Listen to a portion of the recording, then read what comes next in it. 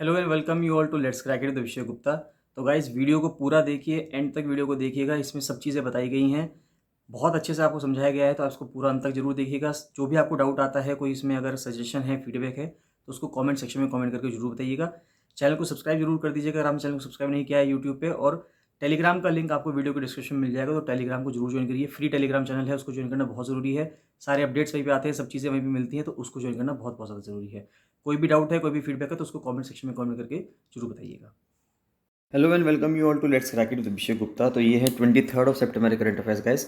बहुत important current affairs है, इनको आप डेली बेसिस पे कवर करते रहिएगा। कोई भी आपको डाउट आता है, कोई भी आपका सेशन है, कोई भी आपका फीडबैक है, तो आप उसको कमेंट सेक्शन में कमेंट करके जरूर बताइएगा। मैं बताना चाहूँगा कि एफआरओ मेंस के लिए उत्तराखंड में टेस्ट सीरीज चल रही है। आरओ सचिवालय के लिए कंप्लीट प्रिपरेशन बैच चल रहा है। अगर आपने इस बैच को ज्वाइन कर लिया तो आगे आने वाले जितनी भी आगामी परीक्षाएं, जितनी भी यूपीपीएससी करवाने वाला है, सभी की परीक्षाओं के लिए आप सभी परीक्षाओं को देने के लिए आप एलिजिबल हो जाएंगे। साथ साथ इन करंट अफेयर्स की पीडीएफ्स को रेगुलर बेसिस पे आप ले सकते हैं, और डेली एमसीक्यू प्रैक्टिस का जो पेड ग्रुप चल रहा है उसको भी आप ज्वाइन कर सकते हैं। इन सभी को ज्वाइन करने के लिए आप 7665804421 पर कॉल या मैसेज कर सकते हैं। चलिए स्टार्ट करते हैं आज के करंट अफेयर्स।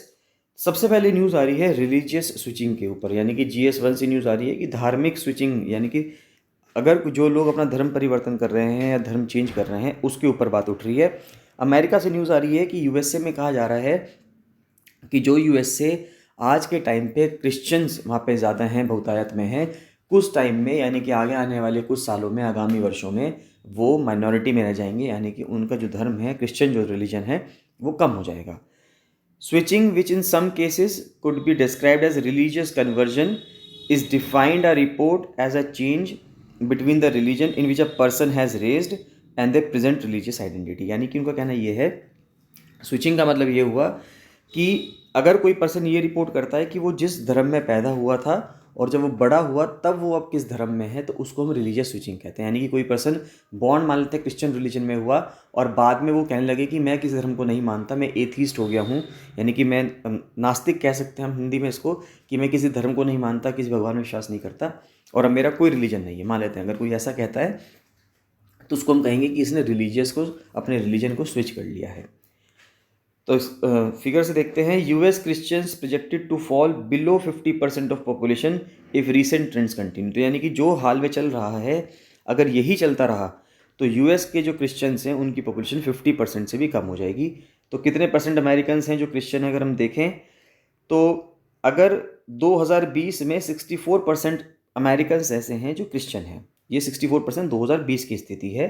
1972 में 90% जो अमेरिकन हुआ करते थे वो क्रिश्चियंस हुआ करते थे। यानी कि 1972 से लेके 2020 तक आते आते इतनी जनसंख्या कम हो गई है क्रिश्चियंस की। अब अगर यही ट्रेंड चलता रहा तो 2070 तक जो प्रोजेक्ट किया जा रहा है वो ये है कि अगर कोई भी स्विचिंग नहीं होती है तो ये पॉपुलेशन घटकर 54% रह जाएगी। यानी नो स्विचिंग का मतलब ये हुआ कि no person in America has changed or will change their religion after 2020। यानी कि 2020 के बाद अगर कोई भी पर्सन अपना रिलीजन चेंज नहीं करता है तो जो अमेरिका की पॉपुलेशन है उसमें जो क्रिश्चियंस की संख्या है वो 64% से कम होते होते 54% तक आकर रुक जाएगी 2070 में। लेकिन अगर स्टेडी स्विचिंग होती है तो ये जनसंख्या कम होकर 46% रह जाएगी क्रिश्चियंस की। स्टेडी स्विचिंग क्या हुई कि movement into and out of Christianity remains stable at recently observed rates. यानी कि कुछ लोग क्रिश्चियनिटी धर्म अपना रहे होंगे, कुछ लोग क्रिश्चियनिटी से बाहर जा रहे होंगे, तो यानी इससे क्या हो रहा होगा कि कुछ आ रहे हैं कुछ जा रहे हैं, ये चल रहा होगा। That is in each new generation 31% of Christians become religiously unaffiliated before the turn 30 and 21% of unaffiliated become Christians. यानी कुछ ऐसा हो जाए कि हर जनरेशन, जो नई जनरेशन आती रहेगी 2070 तक, 31% क्रिश्चियंस तो ये कह रहे हैं कि भाई हमारा जब वो 30 साल की उम्र तक हो कि वहाँ तक ये कहने लगे कि भाई हमारा कोई रिलीजन नहीं है, और 21% अनएफिलिएटेड पर्सन, यानी कि जो पहले कहते थे मेरा कोई धर्म नहीं है, वो क्रिश्चियन धर्म अपना लें, उसको कहते हैं हम स्टेडी स्विचिंग। उसके बाद अगर लिमिट्स के साथ अगर हम देखें, यानी कि राइजिंग डिसएफिलिएशन विद लिमिट्स, अगर लिमिट्स के हिसाब से देखें तो 39% क्रिश्चियन की पॉपुलेशन रह जाएगी पूरे अमेरिका में। तो फिर कह रहा है कि इन each new generation a growing share of Christians switch out before 30 while a shrinking share of nuns switch in, but the switching rate is capped to prevent the share of Christians who leave the faith from rising above 50%। यानी वहाँ पे कुछ capping लगाई जा रही है सरकार के द्वारा कि लोग क्रिश्चियन धर्म को ना छोड़ें, और अगर कोई लिमिट ना लगाई जाए, कोई उनके ऊपर रोकथाम ना हो, तो विदाउट लिमिट मात्र 35% पॉपुलेशन रह जाएगी। अगर पूरे अमेरिका में 100 लोग रहते हैं तो 100 लोगों में से 35 ही लोग ऐसे होंगे जो क्रिश्चियन धर्म को फॉलो करते होंगे, बाकी सब या तो किसी दूसरे धर्म में बदल चुके होंगे या ये कहेंगे कि हमारा कोई धर्म नहीं है। तो ये जो इमेज ली गई है ये प्यू रिसर्च सेंटर से ली गई है, क्रेडिट उनको ही जाता है। नेक्स्ट आता है US nuns will approach majority by 2070 if recent switching trends continue. Nuns का मतलब यहाँ पे क्या है, नन वो लोग हैं जो ये कहते हैं कि उनका कोई धर्म नहीं है, वो धर्म में विश्वास नहीं रखते, उनको नन कहा जा रहा है। तो 1972 में इनकी जनसंख्या कुल 5% हुआ करती थी, यानी बिल्कुल माइनॉरिटी में थे, क्योंकि 90% क्रिश्चियंस थे, तो 5% लोग ही कहते थे कि वे नन्स हैं। 2020 में आते आते इनका जो शेयर है वो 30% हो गया है, और 2070 में वापस से अगर कोई स्विचिंग नहीं करता तो 34% इनकी हो जाएगी, स्टडी स्विचिंग से 41%, विद लिमिट से 48% और विदाउट लिमिट 52% हो जाएगी इनकी पॉपुलेशन। तो वही सेम चीज़ यहाँ पे लिखी हुई है, एक बार आप इसको पढ़ सकते हैं। नेक्स्ट आता है GS2 से न्यूज़ आ रही है सबसे पहले इंटरनेशनल रिलेशन से, कि भारत जो है क्वाड की जो सीनियर ऑफिशियल्स की मीटिंग है उसको होस्ट करने जा रहा है। तो न्यू दिल्ली विल होस्ट एक ऑफिशियल मीटिंग, यानी कि ऑफिशियल मीटिंग को होल्ड करेंगे हम क्वाड ग्रुपिंग की, जो 4 देशों का एक समूह बनाया था, यूएस, जापान, ऑस्ट्रेलिया और इंडिया का, उसकी जो ग्रुपिंग है उसकी मीटिंग दिल्ली में करवाई जाने की बात कही जा रही है। और फिर ये भी कहा जा रहा है, इससे कंपेयर करते हुए बताया गया कि SCO की मीटिंग भी है उज़्बेकिस्तान मिड सितंबर में चल रही है, और प्राइम मिनिस्टर नरेंद्र मोदी जो हैं वो SCO की समिट भी अटेंड करेंगे with leaders of Russia, China, Pakistan, central Asia और ईरान, है ना। ये पहली इन पर्सन समिट होगी कोविड-19 पेंडेमिक के बाद से, और यूक्रेन वॉर जब से स्टार्ट हुआ उसके बाद से। नेक्स्ट आता है NPT is beginning to look shaky, यानी कि जो न्यूक्लियर नॉन प्रोलिफरेशन ट्रीटी है उसके ऊपर बात की जा रही है।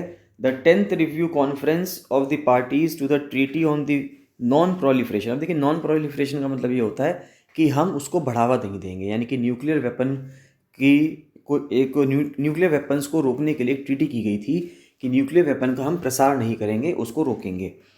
Marking 52 years of a treaty that every speaker described as the cornerstone of the global nuclear order. तो कहा जा रहा है कि इसको 52 साल हो गए हैं, क्योंकि इसको 52 साल हो गए हैं तो अपने आप में पूरे विश्व में एक न्यूक्लियर ऑर्डर बनाने के लिए इसने एक माइलस्टोन का काम किया है।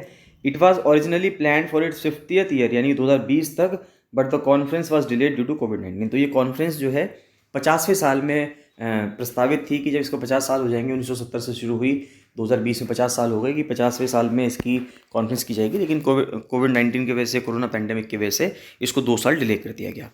It should have been a celebratory occasion, yet the mood was sombre, and after 4 weeks of debate and discussion, delegates जो है उनके पास कोई भी फाइनल डॉक्यूमेंट नहीं पहुंचा है, यानी वो किसी भी फाइनल डिस्कशन पे नहीं पहुंच पाए हैं। 1970 के बाद से देखें तो NPT entered into force only 4 of the 10 review conferences. तो 4 जो बार रिव्यू कॉन्फ्रेंसेस हुई हैं, 10 रिव्यू कॉन्फ्रेंस हुई हैं, उनमें से मात्र 4 रिव्यू कॉन्फ्रेंस ऐसी हैं जिनको NPT अमल में लेके आ पाया है, फोर्स में लेके आ पाया है, बाकी में लोगों ने इसके ऊपर ध्यान ही नहीं दिया। तो 1980 के जो रिव्यू कॉन्फ्रेंस है, 1990 का, 2000 का और 2010 का, यानी कि 10-10 साल बाद। और जो have concluded with a consensus document, और जो रिव्यूअर्स थे वो कौन कौन से थे, 1975 थे, 1980, 85, हर, यानी कि हर 5-5 साल में आप देख सकते हैं, 2005, 10, 15 और 22। फिर 2020 में होना था, लेकिन 2020 में इसलिए नहीं हो पाया क्योंकि कोरोना चल रहा था। और अभी न्यूक्लियर पावर प्लांट की बात की जा रही है। ये न्यूक्लियर पावर प्लांट कहाँ पे है, ये यूक्रेन में है, ज़ैपोरिज़िया। क्वेश्चन पूछा जा सकता है आपसे, बहुत इंपॉर्टेंट है कि ये न्यूक्लियर पावर प्लांट अभी न्यूज़ में है, ये किस कंट्री में है, ये यूक्रेन में है। 2019 में यूएस ने नोटिफाई किया था कि रशिया ने डिसीजन लिया है US notified Russia of its decision to quit the 1987 intermediate range nuclear forces treaty, यानी कि डोनाल्ड ट्रंप के अंडर यूएस जो है वो INF ट्रीटी से बाहर हो गया था। 1987 की जो ट्रीटी थी, that had obliged both countries to get rid of all ground launched missiles with a range of 500 to 5500 kilometres. तो जिस टाइम पे 1987 में कोल्ड वॉर अपनी चरम सीमा पे था, तो उस टाइम पे सोवियत यूनियन, यानी कि उस टाइम का जो रशिया था, सोवियत यूनियन था, और USA के बीच में एक ये समझौता हुआ था कि हम जितनी भी ग्राउंड पे बेस्ड हमारी 500 से लेके 5500 किलोमीटर लंबी मार करने वाली जो मिसाइल्स हैं उनको हम डिसमेंटल कर देंगे, उसको ख़त्म कर देंगे। तो अब यूएसए ने ये कहते हुए, डोनाल्ड ट्रंप के अंडर यूएसए ने ये कहते हुए इस ट्रीटी से रिज़ाइन कर दिया है कि क्योंकि चाइना अपना इन्फ्लुएंस बढ़ा रहा है, तो चाइना की पावर को कंटेन करने के लिए यूएसए को वापस से इन मिसाइल्स को बनाना पड़ेगा। तो इस टाइम पे यूएस और रशिया के बीच में जो सिर्फ और सिर्फ एक ट्रीटी है, उसका नाम है new start treaty. The only surviving arms control treaty between Russia and US is the New START treaty that imposes a ceiling on operational strategic nuclear weapons of 700 launcher, 1550 warheads। वो ये भी 2026 में expire हो जाएगी ये वाली treaty, new start treaty, और उम्मीद नहीं की जा रही है कि आगे इस पर कोई भी फर्दर डिस्कशंस होंगे। नेक्स्ट आता है स्पेशल मैटरनिटी लीव दी जाएगी in case of infant death. तो सेंट्रल गवर्नमेंट का कहना ये है कि अगर किसी इन्फेंट की यानी किसी बच्चे की मृत्यु हो जाती है, इन्फेंट की मृत्यु हो जाती है, तो उसकी मदर को जो है ये सिर्फ मैटरनिटी लीव होगी, और मैटरनिटी लीव के दौरान यानी कि मदर को छुट्टी मिलेगी। तो सेंटर ने डिसाइड किया है एक 60 डे की स्पेशल मैटरनिटी लीव देना विमेन को। सेंट्रल गवर्नमेंट जो एम्प्लॉयज़ है, इंपॉर्टेंट बात यह है स्टेट गवर्नमेंट में नहीं है, सिर्फ सेंट्रल गवर्नमेंट एम्प्लॉयज़ को है। In case of still birth, यानी कि अगर स्टिल बर्थ का मतलब ये होता है कि अगर बच्चा जब पैदा होता है तो मरा हुआ बच्चा पैदा हो, यानी कि उसके अंदर कोई भी लाइफ के साइन नहीं हो, और death of an infant within a few days of birth. तो ये ऑर्डर जो है डीओपीटी ने दिया है। Condition for death of a child soon after birth में be defined as up to 28 days after birth, यानी कि 28 दिनों के अंदर अंदर ही उसकी अगर मृत्यु हो जाती है। A baby born with no signs of life, अगर मान लेते कोई बच्चा पैदा ही बिना किसी साइन के होता है, यानी कि उसके अंदर कोई जीवन का कोई सिग्नल नहीं है, और आफ्टर 28 वीक्स ऑफ जेस्टेशन में भी डिफाइंड एज स्टिल बर्थ, और 28 हफ्तों बाद, 28 हफ्तों का मतलब हो गया 7 महीने बाद अगर मान लेते बच्चा पैदा हो जाता है, लेकिन वो मरा हुआ बच्चा पैदा होता है फॉर एग्जाम्पल, यानी उसके अंदर लाइफ के कोई साइन नहीं है, तो उसको हम स्टिल बर्थ कहेंगे। The special maternity leave shall be given only to women central government servant with less than 2 surviving children, यानी कि अगर उनके 2 से कम बच्चे हैं, तब अगर ये दूसरा बच्चा हो रहा है तभी उसको ये छुट्टी मिल पाएगी। अगर मान लेते हैं ये थर्ड अगर बेबी होगा तो उसको ये छुट्टी नहीं मिलेगी। नेक्स्ट आता है नालसा के नए हेड बनाए गए हैं जस्टिस चंद्रचूड़। तो प्रेसिडेंट द्रौपदी मुर्मू ने अपॉइंट किया है जस्टिस डी वाई चंद्रचूड़ को as the executive chairman of the NALSA. तो नालसा के जो एग्जीक्यूटिव चेयरमैन होते हैं वो जो सेकंड सीनियर मोस्ट जज होता है सुप्रीम कोर्ट का, उसको अपॉइंट किया जाता है। तो Justice Chandrachud takes up the position that becomes vacant after Justice U Lalit was elevated as the 49th CJI, क्योंकि जस्टिस यू ललित को तो 49th CJI बना दिया गया है, तो इस वजह से उनसे जस्ट नीचे वाला जो नंबर है वो जस्टिस डी वाई चंद्रचूड़ का है, तो इसलिए उनको एग्जीक्यूटिव चेयरमैन बना दिया गया है नालसा का। NALSA has been constituted under the legal services authorities act 1987। तो नालसा एक स्टैचूटरी बॉडी है, लीगल सर्विस अथॉरिटीज़ एक्ट लाया गया था 1987 में, जिससे कि फ्री लीगल सर्विसेज प्रोवाइड की जा सके गरीब लोगों को, वीकर सेक्शन ऑफ सोसाइटी को। CJI जो होता है वो पैट्रॉन इन चीफ होता है नालसा का, और जो सेकंड सीनियर मोस्ट जज होते हैं सुप्रीम कोर्ट के, जो इस टाइम पे डी वाई चंद्रचूड़ हैं, वो एग्जीक्यूटिव चेयरपर्सन होते हैं अथॉरिटी के। Before being elevated as a जज, देखिए ये पूरा पॉलिटी और गवर्नेंस का टॉपिक है, तो पॉलिटी यानी कि अच्छे से आप इसमें समझ सकते हैं कि पॉलिटी को करंट से हम किस तरह से जोड़ के पढ़ सकते हैं। तो before being elevated as a जज of the supreme court, justice Chandrachud ने एक चीफ जस्टिस के रूम में भी काम किया है इलाहाबाद हाई कोर्ट के, और बॉम्बे हाई कोर्ट के जज में भी काम किया है।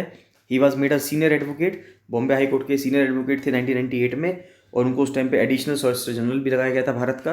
अ role he held until his appointment as a जज। तो एडिशनल सॉलिसिटर जनरल तब तक रहे जब तक ये जज अपॉइंट नहीं कर दिए गए।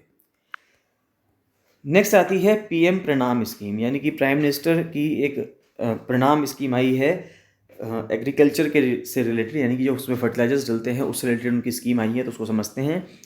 Centre will soon introduce its Pradhanmantri promotion of alternate nutrients for agriculture management yojana, तो PM Pranam to encourage states to cut down on the use of fertilisers, यानी कि फर्टिलाइजर्स को यूज़ को कम करने के लिए इस योजना को लाया जा रहा है। The government under the proposed scheme will reduce the subsidy on chemical fertilizers which is expected to increase to rupees 2.25 lakh crore in 2022-23, जो कि 39% हाइक है। यानी कि कहा जा रहा है कि गवर्नमेंट का लगातार बर्डन बढ़ता जा रहा है गवर्नमेंट पे, क्योंकि फर्टिलाइजर्स का जो इस्तेमाल है वो तेज़ी से बढ़ रहा है। फर्टिलाइज़र का इस्तेमाल बढ़ने की वजह से ये कहा जा रहा है कि 39% का हाइक हो रहा है। पहले 1.62 लाख करोड़ का सब्सिडी दिया करती थी सरकार, अब 2.25 लाख करोड़ की सब्सिडी दी जा रही है, यानी कि 2.25 लाख करोड़ की सब्सिडी दी जा रही है। Center will make the determination by comparing a state's use of chemical fertilizers in a given year to its average usage in the past 3 years। यानी कि एक एवरेज यूसेज जो उसने पिछले 3 सालों में यूज़ किया होगा और अब वो कितना यूज़ कर रहा है, तो इन सब चीज़ों से आइडिया लगाएगी। फर्टिलाइजर मिनिस्ट्री डैशबोर्ड एक इंटीग्रेटेड फर्टिलाइजर मैनेजमेंट सिस्टम बनाया गया है, उसको यूज़ किया जाएगा सेंटर के द्वारा नेसेसरी कैलकुलेशंस करने के लिए। तो फंड कैसे किया जाएगा, तो कहा जा रहा है कि इस स्कीम के लिए कोई भी स्पेशल फंडिंग नहीं लाई गई है। Scheme would be financed by the savings of existing fertiliser subsidy, यानी कि जो अभी फर्टिलाइजर सब्सिडी दी जा रही है उसमें जो कटौती की जाएगी, उसमें जो बचत की जाएगी, उसी से ये स्कीम चलाई जाएगी। And 50% savings would be passed on to states, 50% saving तो स्टेट्स पे पास कर दी जाएगी, that save money. And 70% of the grant under the scheme would be used to create assets, और 70% जो ग्रांट है स्कीम के तहत उसको कुछ एसेट्स बनाने के लिए इस्तेमाल किया जाएगा जो ऑल्टरनेट फर्टिलाइजर्स को बनाने में हेल्प करेगी। And their production at village, block and district levels. The rest 30% grant would be used, और जो बाकी 70% ग्रांट तो इसलिए यूज़ कर ली एसिड बनाने के लिए, और जो 30% ग्रांट है वो हम किस लिए यूज़ करेंगे, फार्मर्स को मदद करने के लिए, पंचायत को, फार्मर प्रोड्यूसर ऑर्गेनाइजेशंस को, सेल्फ हेल्प ग्रुप्स को, यानी कि जो स्वयं समूह होते हैं, स्वयं सहायता समूह होते हैं, उनको मदद करने में। इसकी ज़रूरत क्यों है, अगर हम देखें तो बहुत ज़्यादा ज़रूरत है इसकी, क्योंकि 21% इंक्रीज़ हो रहा है चारों फर्टिलाइजर्स में। बेसिकली भारत में 4 तरह के फर्टिलाइजर्स का इस्तेमाल किया जाता है प्रोडक्शन करने के लिए, और उन चारों फर्टिलाइजर्स का इस्तेमाल बहुत तेज़ी से बढ़ रहा है। तो यूज़ किस किस का बढ़ रहा है, एक यूरिया का बढ़ रहा है, डाई अमोनियम फॉस्फेट यानी DAP का बढ़ रहा है, म्यूरिएट ऑफ पोटैश MOP का, और नाइट्रोजन फॉस्फोरस पोटेशियम यानी कि NPK। इनका जो इंक्रीज़ है, यूज़ जो इंक्रीज़ हुआ है वह 528 लाख मेट्रिक टन से बढ़कर 640 लाख मेट्रिक टन हो गया है, यानी कि बहुत तेज़ी से बढ़ रहा है। तो इस वजह से यहाँ पे ये स्कीम को लाना ज़रूरी था। Centre is intending to introduce this scheme to promote the balance use of fertilisers और ऑल्टरनेटिव फर्टिलाइजर्स। तो सेंटर कुछ इस तरह से काम कर रहा है कि इन फर्टिलाइजर्स का इस्तेमाल भी करते रहें, और कोई ऑल्टरनेटिव फर्टिलाइजर्स हैं तो उनका भी इस्तेमाल हम करते रहें। तो उसके लिए सरकार एक बैलेंस बनाने की कोशिश कर रही है। नेक्स्ट आता है GS3 से न्यूज़ आ रही है कि BSF ने एक drone based tear gas launcher को निकाला है, यानी कि वहाँ पे अब पर्सन नहीं होंगे, BSF के जवान नहीं होंगे, ड्रोन से ही वो टीयर गैस के जो बॉम्ब्स हैं उनको लॉन्च कर सकते हैं।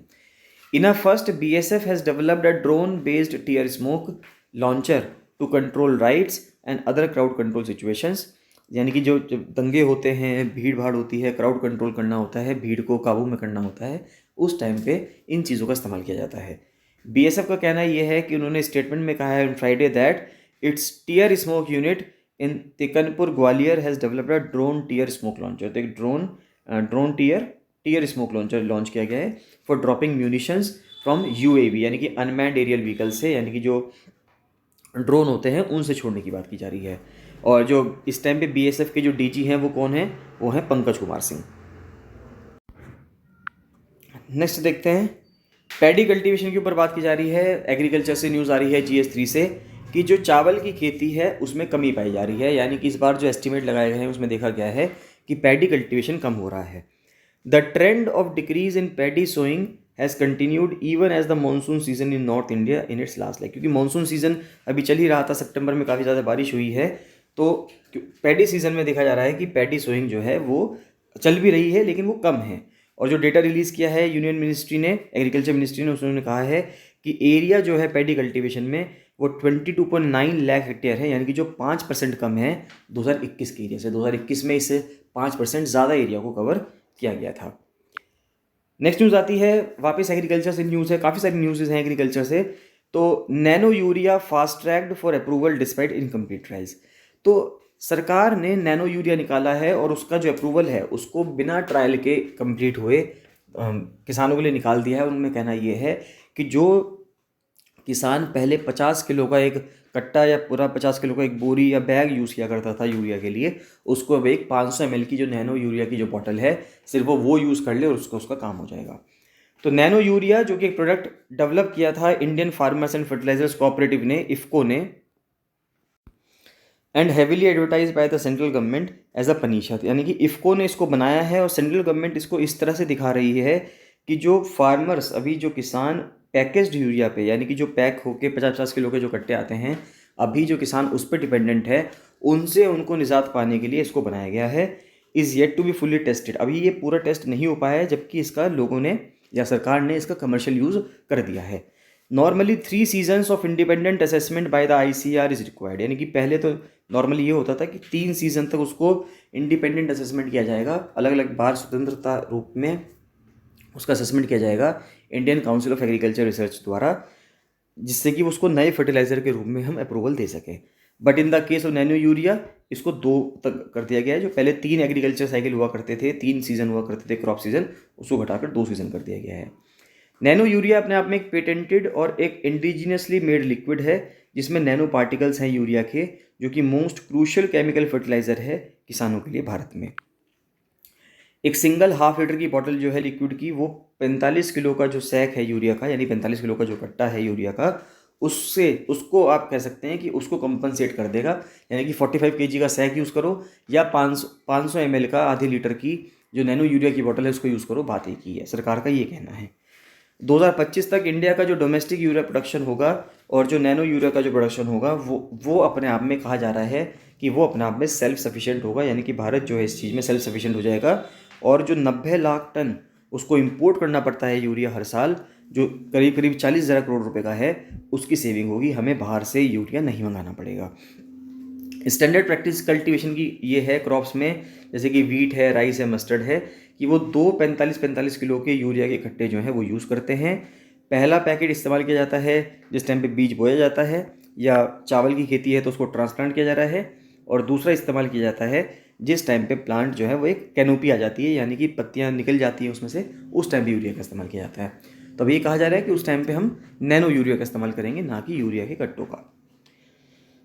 नेक्स्ट आ रहा है, कहा जा रहा है, डिफेंस से न्यूज़ है कि इंडियन एयरफोर्स के जो प्लेन्स हैं लाइट कॉम्बैट एयरक्राफ्ट मार्क 2, तो इसका जो टेस्टिंग है वो 2027 तक कंप्लीट हो जाएगी।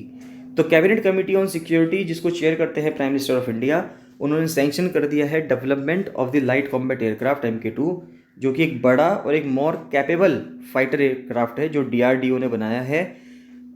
Is setting a target of 2027 to complete the entire flight testing. तो पूरी फ्लाइट टेस्टिंग करने के लिए 2027 का टारगेट रखा गया है कि 2027 तक ये बनकर कंप्लीट और टेस्टिंग वगैरह होकर सब चीज़ कंप्लीट हो जाएगी।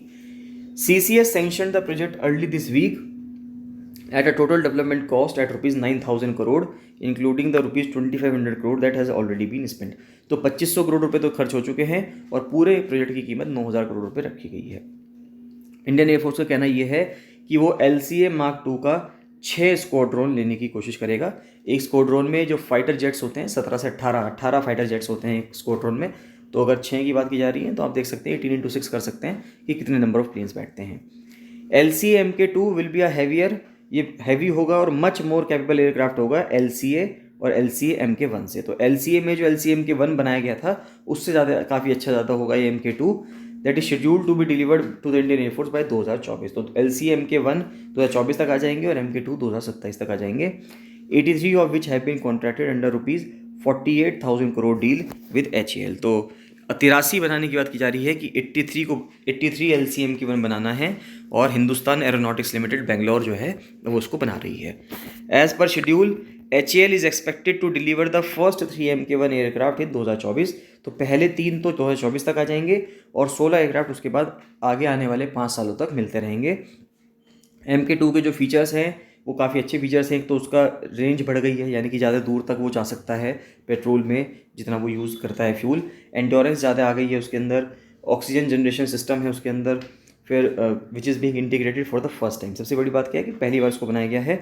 And the ability to carry heavy stand off weapons of the class, जैसे कि Scalp, Crystal Maze, Spice bombs, इन सबको जो पहले मिराज वगैरह में लगाए जाते थे वो सब इसमें अब लगाए जा सकते हैं।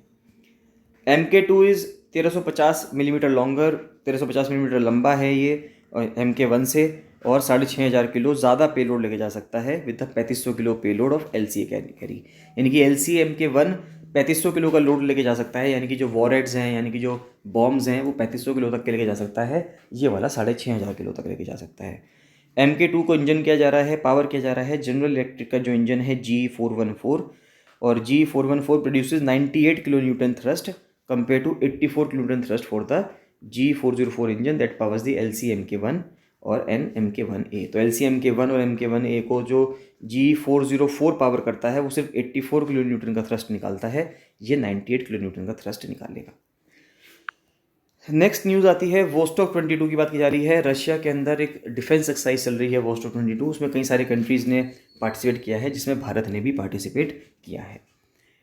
और ऑबिटोरी देखें तो एजुकेटर है और ह्यूमैनिटेरियन थे एस परशुरामन, वो पास अवे हो गए हैं। तो एस परशुरामन एक विजनरी स्कॉलर थे और एक इंस्टीट्यूशनल बिल्डर थे, जिन्होंने सोशल साइंसेज में काफ़ी काम किया, और वो 70 साल की एज में उनकी डेथ हो गई है। तो दैट्स ऑल। तो ये थे आज के करंट अफेयर्स गाइस। इसमें आपको कोई भी डाउट आता है, कोई भी आपका सेशन है, कोई भी आपका फीडबैक है, तो आप मुझे कमेंट सेक्शन में कमेंट करके जरूर बताइएगा। चलिए मिलते हैं नेक्स्ट वीडियो में। So thank you and bye bye.